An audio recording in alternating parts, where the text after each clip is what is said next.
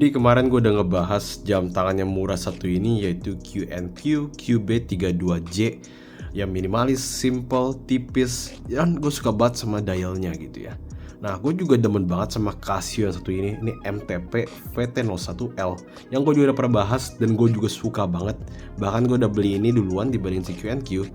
Dan semenjak gue beli si ini, akhirnya gue pengen coba QNQ. Jadi ini jam sebenarnya secara style tuh setipe gitu loh.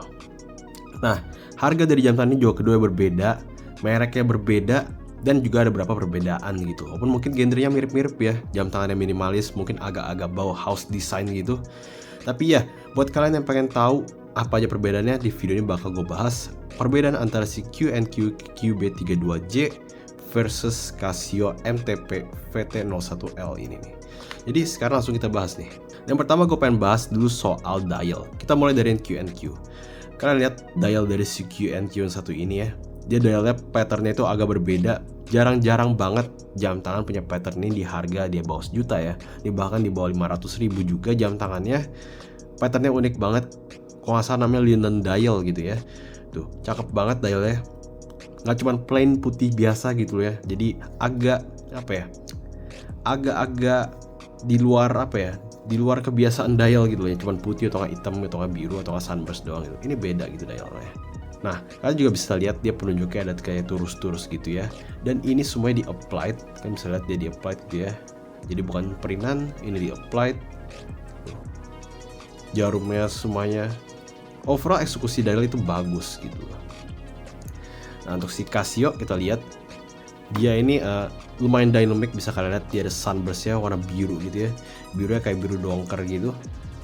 Kadang kelihatan agak hitam, kadang kelihatan agak biru tua. Pokoknya cakep lah dialnya, gue demen.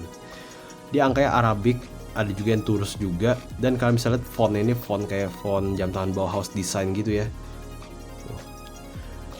Untuk dialnya sebenarnya dia di apa ya, dia nyatu sama dial, jadi bukan ditempel ya, jadi dia flat. Ada warna rose goldnya juga. Gue gak tau ini rose gold atau gold, kayak rose gold sih namanya ya. Pokoknya gitulah. Bukan gold yang mentereng kayak begini sih tuh. Jadi ini beda goldnya.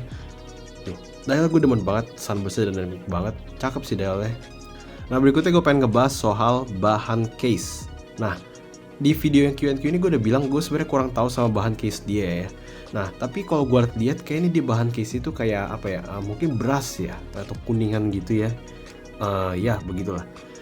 Nah sedangkan kalau si Casio dia udah stainless steel gitu loh. Karena gue juga bandingin gitu ya, kalau si QNQ ini dia agak nguning, sedangkan si Casio ini dia lebih silvernya lebih bright gitu ya tone-nya.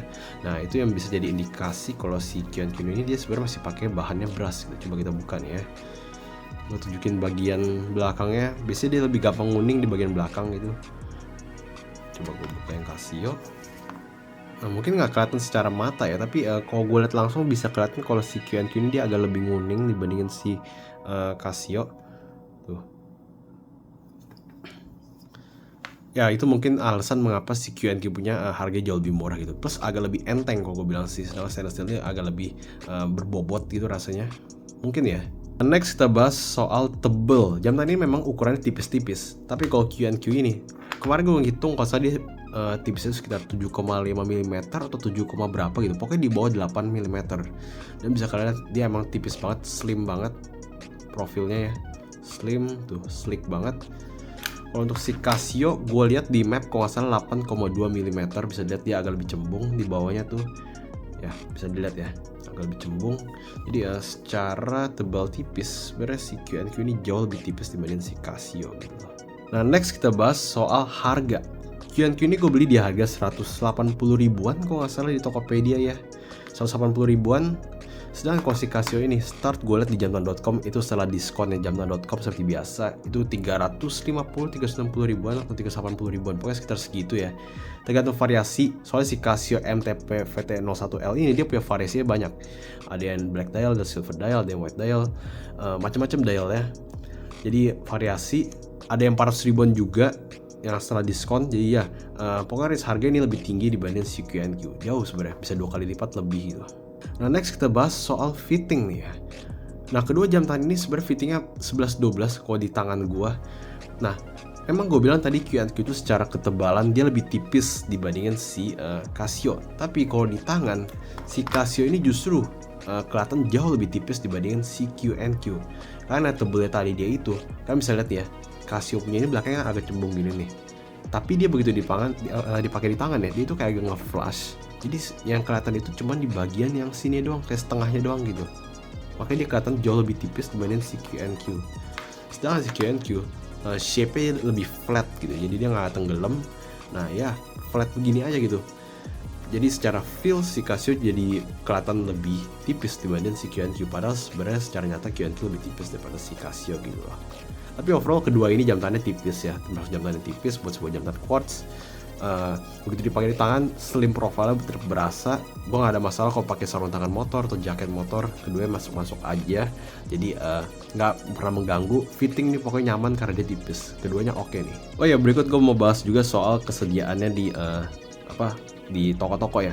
Oh, Casio kalian bisa cek di jamtan.com, di toko-toko lain juga masih banyak, di toko hijau juga ada variasi yang macam-macam juga.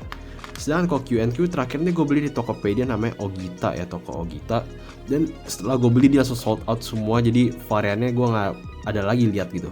Gue nggak tahu di toko lain, mungkin ada di toko hijau, tapi overall yang gue lihat gue cuma nemu di toko Ogita itu doang gitu. Jadi untuk availability memang Casio jauh lebih bagus ya, dia masih diproduksi mungkin ya, juga nggak langka gitu maksudnya. Kalian bisa cek dimanapun ada gitu. Sedangkan kalau Q&Q kemarin langsung last stock, jadi langsung gue beli. Dan ya nggak tahu dia kapan ada stoknya lagi di toko mana gitu. Ya jadi itulah battle antara si Casio versus Q&Q di jam tangan minimalis mereka, yaitu di Casio MT-VT01L dan Q&Q QB32J gitu. Itu ya video komparasi dari gue. Kita bertemu lagi di video yang lainnya nih.